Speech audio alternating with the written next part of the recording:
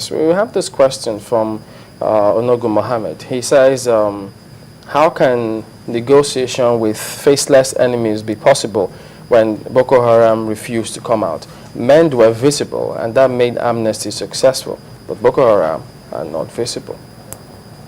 I think this is kind of self-denial we live in that has led us to where we are today. When the amnesty committee was set up, and I think they spent months going around, who are they meeting with? These people are not ghosts. And when you want to meet, when you want to negotiate peace, they are stakeholders. See, there are people in whom these people have confidence.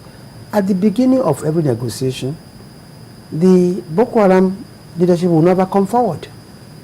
They will send people. They will send representatives who they trust. And you've forgotten that even with the men, the chieftains were not the ones that started the talks. But where there's a will, there's a way. I don't see the Boko Haram insurgency being worse than what we have in Afghanistan. And today we know that both the Taliban and the American government are still talking. But you see, we must not close this window. We will not defeat Boko Haram militarily alone. It's not possible. It's never done any insurgency. Look at the Irish, the Irish, insurgency. That spanned decades. It was negotiation at the end of the day. So for those who say, "Oh, these people are faceless, we can't talk to them," I think is very self-defeatist. Have you been in talks with the government of the day as the opposition party with your suggestions and possible solutions to solving this menace? You see, you must remember that we have 3 governors who are frontline state governors who are also members of the APC. And they brief us regularly, and they meet with the President regularly. And there's nothing that I've said here that they have not put forward to Mr. President. No. I'm just a little curious, though. I mean, some security people have said that declaring a state of emergency and still having a civilian presence, so a state of emergency with a human face, that it just doesn't work that way when a state of emergency has been declared. And that, they kind of believe that there could be some competition between the governors of that state and the military personnel that have been sent there, especially the person who will be commanding the military officers there. Do you see any way whereby the governors of those states will, if they're asked to step down, or do you see them stepping down for whatever reason if it ever gets to that situation? I think this is a very dangerous, extremely dangerous approach. And I don't want to go into that. The first is an entire, concept of state of emergency has been completely abused. And I hope one day we're able to know what state of emergency actually means. Under our constitution, it is the governor that has the first right to go and say, look, I want a state of emergency declared in my state because I believe that what I'm facing is beyond the ordinary police, what the police can handle. That does not mean that he's surrendering his mandate. And for crying out loud, how does a civilian governor affect the operations of the army?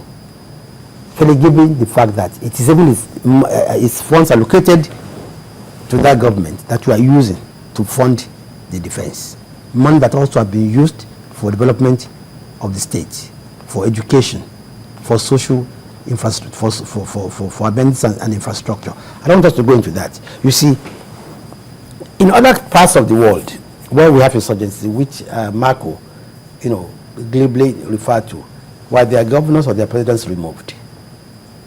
I think this is a very lazy way of thinking. No, but I thought you said no single insurgency is the same. I should have the same approach. Precisely, yes. How does that negate what I've said? Yeah, because you're saying that government was not removed. So because they didn't remove that, does that mean we shouldn't remove us if we think that can, after all, the National Assembly allowed it? No.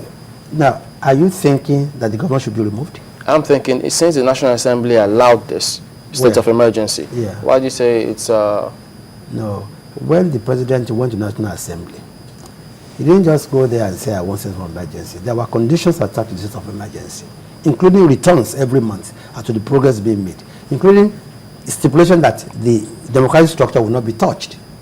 So whether the president wants on it, he cannot at a whim say he's going to remove the governor. Well, what if the governor say, okay, well, in the interest of peace, even if we can step down for 1 month, would it be out of place if they do that? That would be very ridiculous and stupid. For the governor to think about it. We even think about it. Why so? Do you know what a governor is, for God's sake? He's a governor. Is he more than a governor? I think you should go and read your constitution. I'm coming. Do you know what it means? You are abdicating your responsibility as a governor to save lives. I want to say, do you know that even today, after the Boko Haram, ravages, it's those same governors that go back to go and do the repair.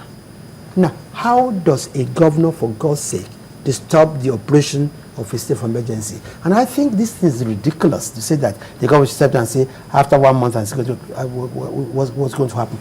Does it mean that his presence is hampering the progress of peace? Well, you know that we have so many arguments on that back and forth, especially when the statement came from Kashim Shettima on what exactly is happening, what he calls a true situation of what he thinks it is. But for Mr. Adeogun, he sends in this comment because of your reference to MEND in the Niger Delta, trying to draw some kind of comparison. He said that you're confusing it with militancy. You're confusing terrorism with militancy. That for MEND, it is just militancy, and even the Irish Republican Army, IRA, is also militancy and not terrorism that we have here. Oh, so blowing up of pipelines is militancy, not terrorism. Kidnapping people is militancy, not terrorism. Killing soldiers is militancy, not terrorism. I think people should be serious. Alaji, shouldn't Ali Modu Sheriff be making public comments about Boko Haram, because he was governor when this started, and lots of people just several times talk about him making a comment or two about this situation? They want him to make comments? Or he should not make comments? If he were to make public comments about Boko Haram in terms of how it started, how he thinks it can end, wouldn't it be valuable to this fight? Oh, I think that's up to him and up to the government. You see, we play the ostrich most times. Boko Haram started in 2002. Actually, like I said, as Taliban, Nigerian Taliban. And up to 2009, when it got to what I call the crescendo, what were the intelligence and security forces doing about the information gathering that time?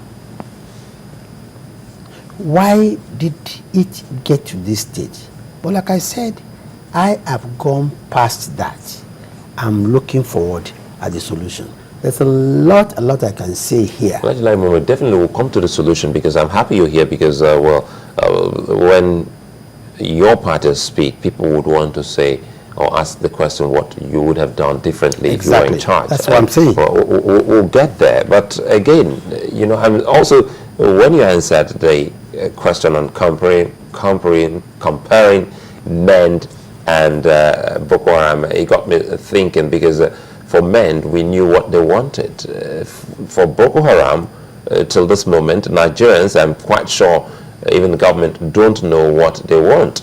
And in the life of me, I don't think any sane group would kill children, because I never saw men do that. So a lot of people would definitely be confused when we try to draw a murderous group, comparison between a murderous group and a group that was a little bit understood as to what they wanted at that point in time in our national life. I think you are missing the point completely. I brought in MEND when I said the way forward. I said this government should be humble, like the former president, in resolving the MEND situation. They should depoliticize and ethnicize the problem. Those are my exact words. And you see, at the time the late president was inviting men's people to talk, many Nigerians felt aghast. Why are you talking to murderers? Why are you talking to terrorists? I know many Nigerians that said you are even sending presidential jets to go and ferry them to the villa. But look at the result today. Now, we must change our mindset. Whether one, I don't see, and for crying out loud, I don't see which one was not murderous among them. I don't see which one did not kill. The scale, the gruesomeness, the ferocity might be different. Now, but saying that you do not know what Boko Haram stands for, I'm shocked. These people said they want an Islamic state, which is not possible.